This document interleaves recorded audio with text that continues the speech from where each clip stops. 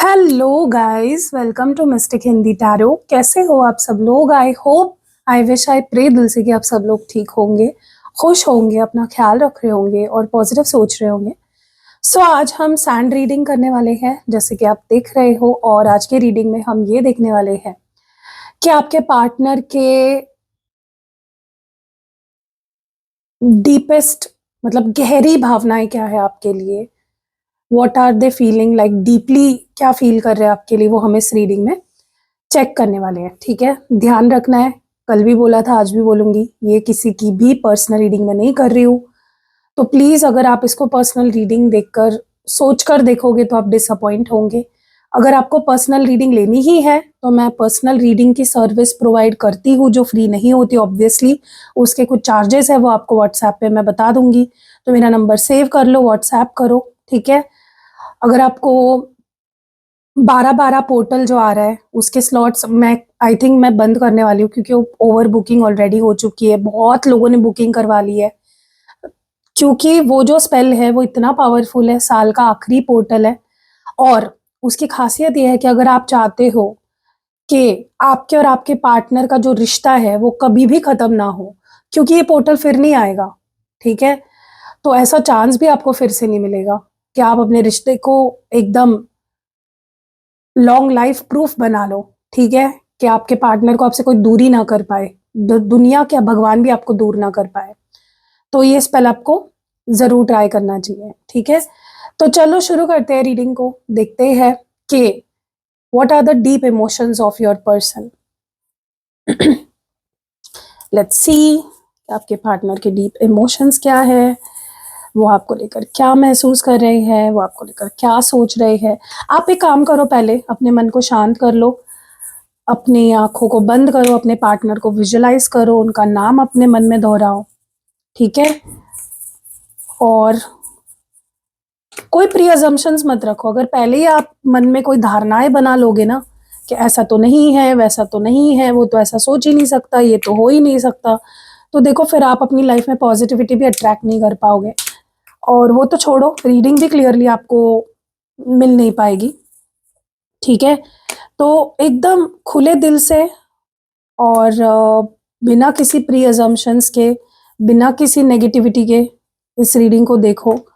Okay, divine से pray करो कि इस पर्सन की फीलिंग्स बताओ मुझे इस रीडिंग के थ्रू। ओके, तो यहाँ पे ऑलमोस्ट हमने पूरा सैंड निकाल लिया है।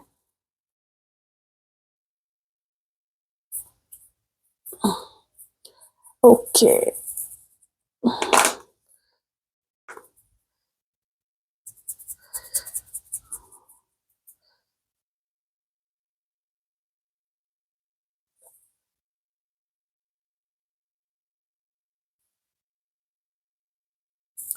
ओके,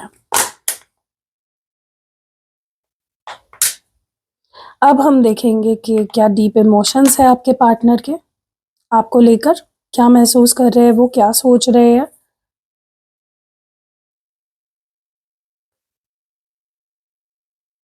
ओके, सबसे पहले प्लीज अपने मन को शांत करिए। आई होप आपने अपने पार्टनर का नाम अपने मन में ले लिया होगा, डिवाइन से प्रे कर लिया होगा, वीडियो को लाइक भी कर दिया होगा। चलो let's start. Okay,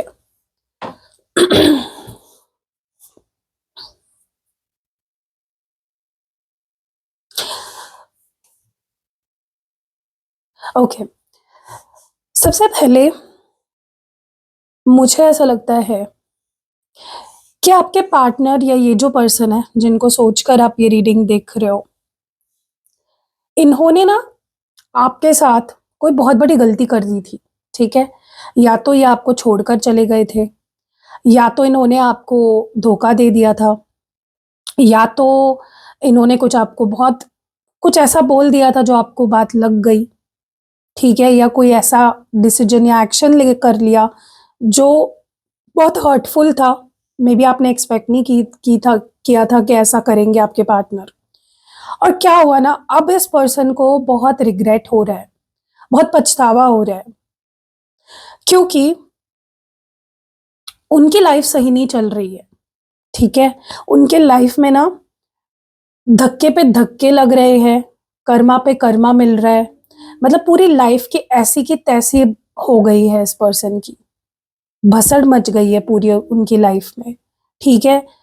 and they are not happy, वो अपनी लाइफ से सेटिस्फाइड नहीं है, वो अपनी लाइफ में जो चल रहा है उससे खुश नहीं है, आपके बिना उनकी लाइफ जो चल रही है, they are not happy with that, ठीक है।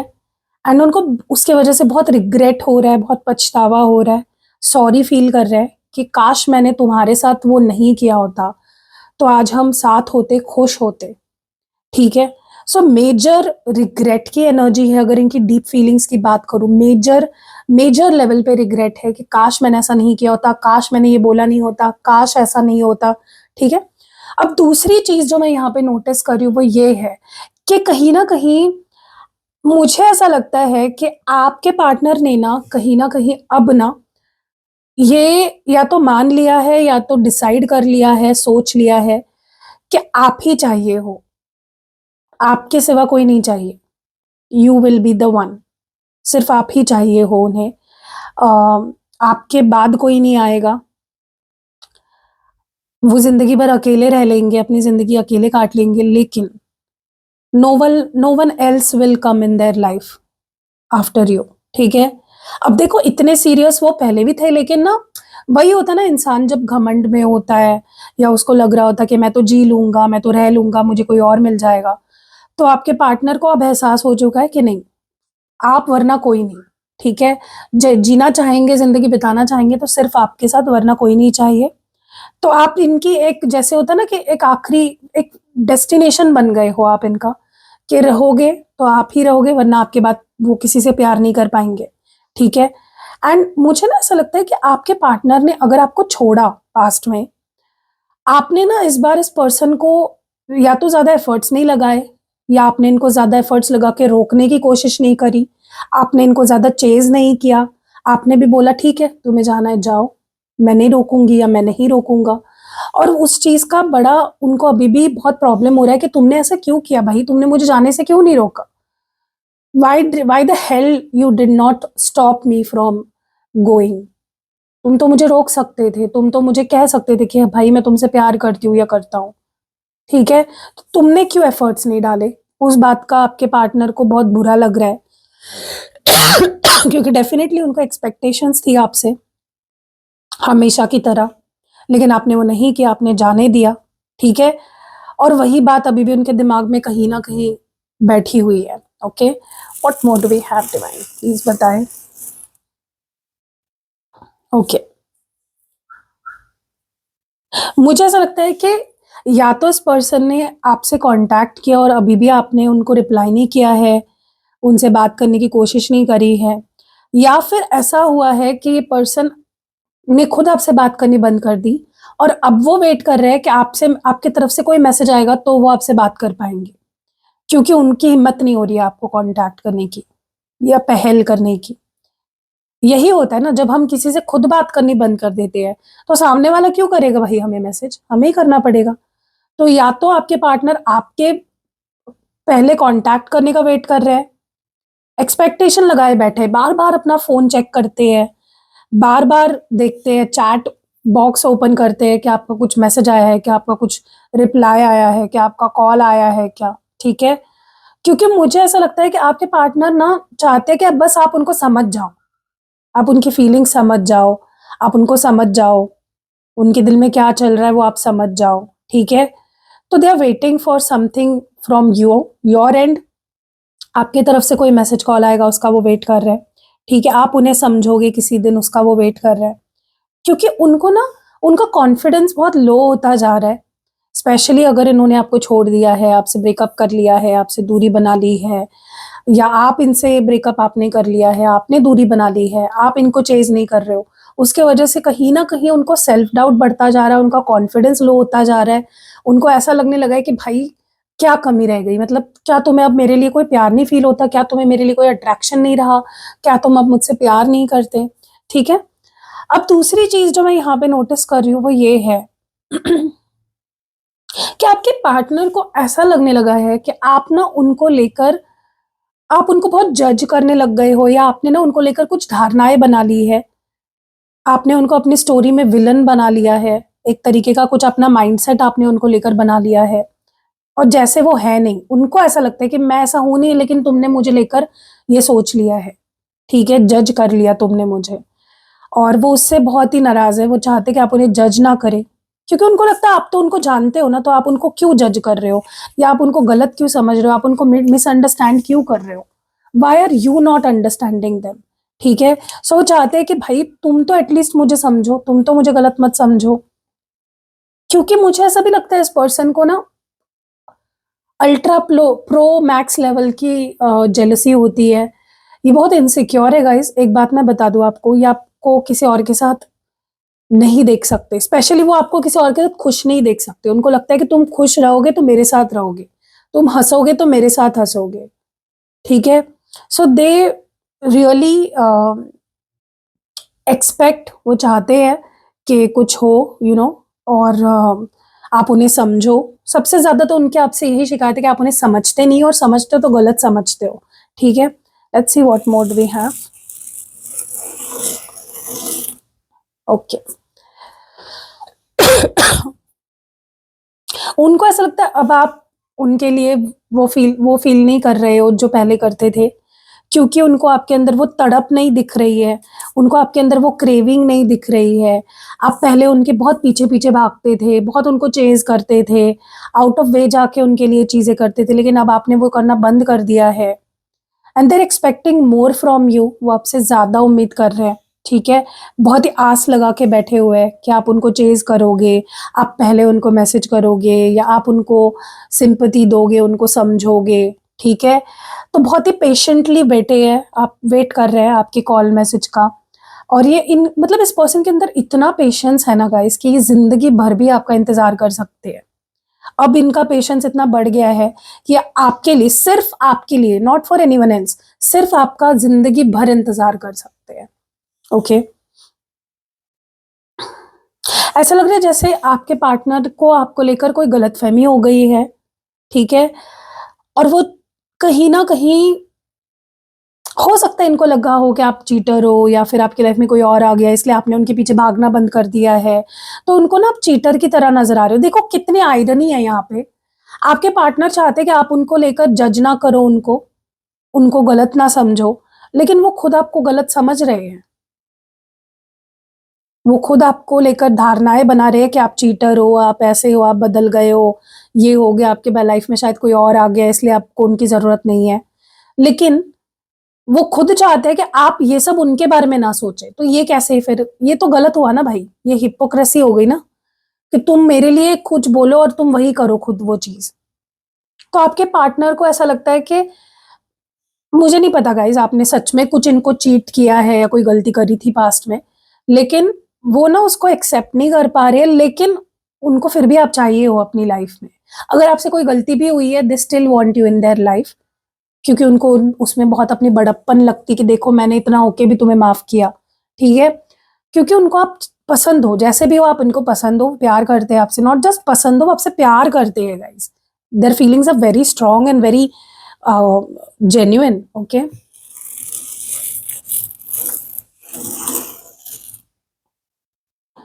ओके,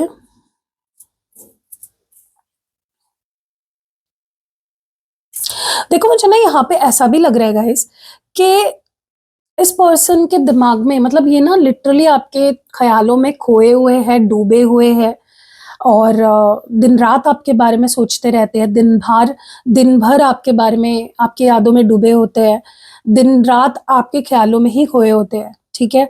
और जब भी आपके बारे में सोचते हैं, इनको ऐसा लगता है यार मैं कितना लकी हूँ या मैं कितनी लकी हूँ जो ये इंसान मुझे मिला। So see how obsessed they are with you, आपकी एनर्जी से, आपकी ऑरा से, आपसे बहुत ऑब्सेस्ड है ये पर्सन। मुझे ऐसा लगता है कि अगर इनके एक स्ट्रॉन्ग फीलिंग अगर मैं आपको बताऊँ तो ये आपको हक करना चाहते हैं, ये आपको अपनी बाहों में भरना चाहते हैं and they just want to close their eyes and hug you, keep hugging you, ठीक है? अ, इनको बहुत अकेलापन महसूस हो रहा है, स्पेशली अगर आप दोनों नो कॉन्टैक्ट में हो, they are feeling very lonely without you.